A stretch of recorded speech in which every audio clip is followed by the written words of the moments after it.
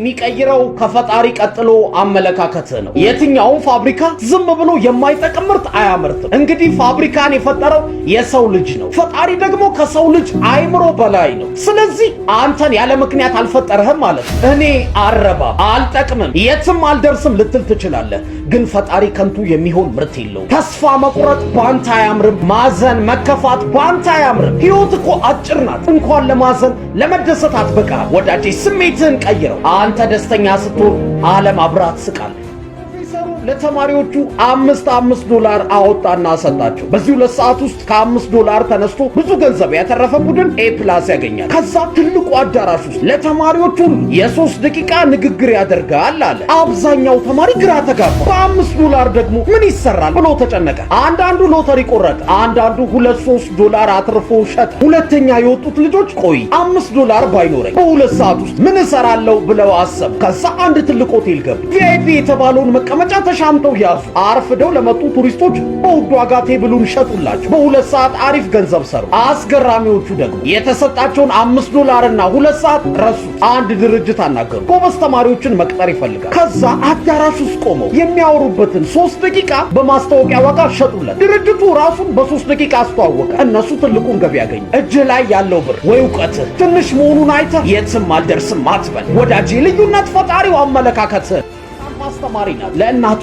እንዲህ ብላ ደብዳቤ ጻፈች። እማዬ ከዶርም ጓደኛዬ ገንዘብ ሰረቁ። ከዛ ሞተር ተከራየሁ። እየነዳው ያለ አደጋ ደረሰብኝ። ራሴን ስቼ ሆስፒታል ገባው። እግሬ ተጎዳ። ግን አትጨነቂ፣ እዛው አንድ ቆንጆ ዶክተር ተዋወቅሁ። ቤቱ ወስዶ እስኪሻለኝ ድረስ አከመኝ። በፍቅር ወደቅን። አርግዣለሁ። በቅርቡ ልንጋባ እንዳሰብን ስነግርሽ በደስታ እናትና አባቴ ቤት እንኖራለን ብዬ ባሌን ይዤው ልመጣ ነው። ምክንያቱም እሱ ከስራው ተባረረ። ገንዘብ የለንም። እናት ደነገጠች። እማዬ ይሄ ብቻ እኮ አይደለም፣ ሃይማኖቴንም ቀይሮታል። እኛም ስንመጣ እናንተን ልንቀይራችሁ አስበናል። እናት ስሜቷን መቆጣጠር አቃታት። ግን እንዴትም ብላ እየታገለች የመጨረሻውን አረፍተ ነገር አነበበች። እማዬ ሁሉም ነገር ውሸቴን ነው፣ ግን አንድ ነገር ተፈጥሯል። አልጀብራ የሚባል የሂሳብ ትምህርት ወድቄያለሁ። ያው መጀመሪያ ከነገርኩሽ አስደንጋጭ ነገሮች አንጻር ሂሳብ መውደቄ ቀላል እንደሆነ እንድታስቢ ብዬ ነው አለች። የዛሬ ሳምንት እንደምትሞት ቢነገርህ አሁን ያስጨነቀ ነገር ሁሉ ተራ እንደሆነ ይገባሃል። ከጎደለህ ይልቅ የተደረገልህ ይበልጣል። ተመስገን በል ወዳጅ።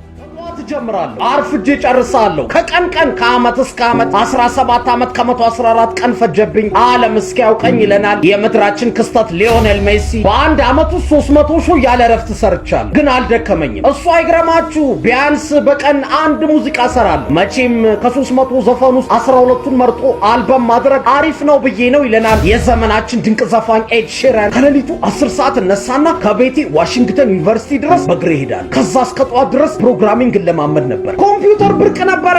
ለአመታት ደጋግሜ አድርጌዋለሁ። ለዛ ነው ማይክሮሶፍትን የፈጠርኩት ይለናል የዓለማችን ከበርቴ ቢል ጌትስ። ላቤ ከአቧራው ጋር ተጣብቆ ገላይ እስኪጠቁር ድረስ ያለ ረፍት ሰራ ነበር። ጂም ከሆንኩ ብረት አንስቻለሁ፣ ቤት ከሆንኩ መሬት ላይ ነኝ ፑሽአፕ እየሰራሁ። ከምታውቃቸው ሰዎች ሁሉ ጠንክረ የምትሰራው አንተ መሆን አለብህ ይለናል የምድራችን ቁጥር 1 ተከፋይ አክተር ድዋይን ጆንሰን ወይም ደሮክ። ትልቁ የስኬት ሚስጥር የማይቆም ጥረት ወዳጄ። እየለፋ ከሆነ ዛሬ ከባድ፣ ነገ በጣም ከባድ፣ ከነጎዲያ ግን ምርጥ። ትምህርቱ እኮ ምንም አይገባህም፣ ኧረ እኔ አንተን አላስተምርም ብሎ አባረረው መምህሩ። የቀን ስራ ጀመረ። ወዳጅ ጓደኛ ሁሉ ናቅ። ደደቡ የሚለው ቃል ቅጽል ስሙ ሆነ። ስድብና ንቀቱን መቋቋም አልቻለም። በአጋጣሚ የሀገሩ ውትድርና ታስገድል ነበር። ተመስገን ከስድባቸው ተገላገሉ ብሎ ዘመተ። እዛም ሄዶ ግን አልቀረለት። ለስራ ምደባ አይኪው መፈተን ግድ ነበር። ተፈተነ። ፈተናው ሲታረም ግን አስደንጋጭ ነገር ተፈጠረ። ፈታኙ ተገርሞ እኔ አይኔን ማመን አልቻልኩም፣ 2-3 ጊዜ ነው ያረምኩት። ይሄ ውጤት በውትድርና ታሪክ ተመዝግቦ ያውቃል። አልበርት አንስታይንን እንኳን በአይኪው በልጦታል እኮ። 161 ነው ያመጣው። ምንድነው የተፈጠረው አለ። ከ20 ዓመት በኋላ ጂኒየስ መሆኑን አወቀ። ከዛማ ማን ይቻለው በአንዴ ተቀየረ። እኔ ከሁሉም የሚገርመኝ ደደብ እንዳልተባለ የዓለም ጂኒየሶች ማህበር ወይም ሜንሳ ፕሬዝዳንት ሆነ። ቪክቶር ሰርብሪያኮቭ ይባላል። አንተም በስራ ወይ በትምህርትህ አቅማተህ ሰነፍ ስለሆንክ ወይ ስለማትችል አይደለም፣ ነገር ግን እንደምትችል ስላላመንክ ወዳጄ፣ ከፈጣሪ ቀጥሎ በራስህ ማመን ስትጀምር ማንም አያቆም።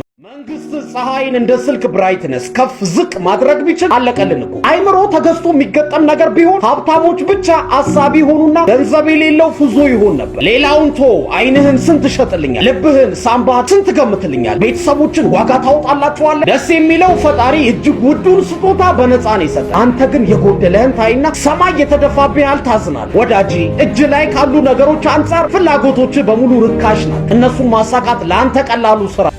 ፕላን እየሄድክ ነው። ከጎንህ ያለው ሰው ሰላም ቢነሳ አላስቀምጥ ቢልህ ወራጅ አለህ ትላለህ አትልም። ወዴት ነው የምትወርደው? ግን ቦታ ትቀይራለህ ወይስ ክትወርድ ትታገሳለህ? ህይወትም እንደዚህ ነው። የሆነ ችግር በገጠመህ ቁጥር እኔ በቃኝ አልችልም አትበል። አውሮፕላን ውስጥ ለዘላለም አትኖር። ይህም ችግር አንተ ጋር ለዘላለም አይቆይ። የመጣው ሊያልፍ ነው። ከባድ ነገር በገጠመህ ቁጥር ራስ ላይ አትጨክንበት። የዋንጫ ቡድንም እኮ አንዳንዴ ይሸነፋል። ወዳጄ ዋናው መውደቅህ አይደለም፣ ወድቀ መነሳትህ ነበረች። እሷ ወደፊት መሬት ባይነካት ትመርጥ ነበር። ፈረስ ጋላቢ ብትሆን ነብሷ ነው። ህይወት ግን አይ ፈረሷ ራስሽ ነሽ፣ በእግሮችሽ ዓለምን ጉር ታስቢያለሽ አላ። ገና ኦሎምፒክ ከመጀመሪያው በታሪክ መዝገብ ላይ እንዲህ ተባለች። የመጀመሪያዋ የወርቅ ሜዳሊያ ያሸነፈች ጥቁር ሴት።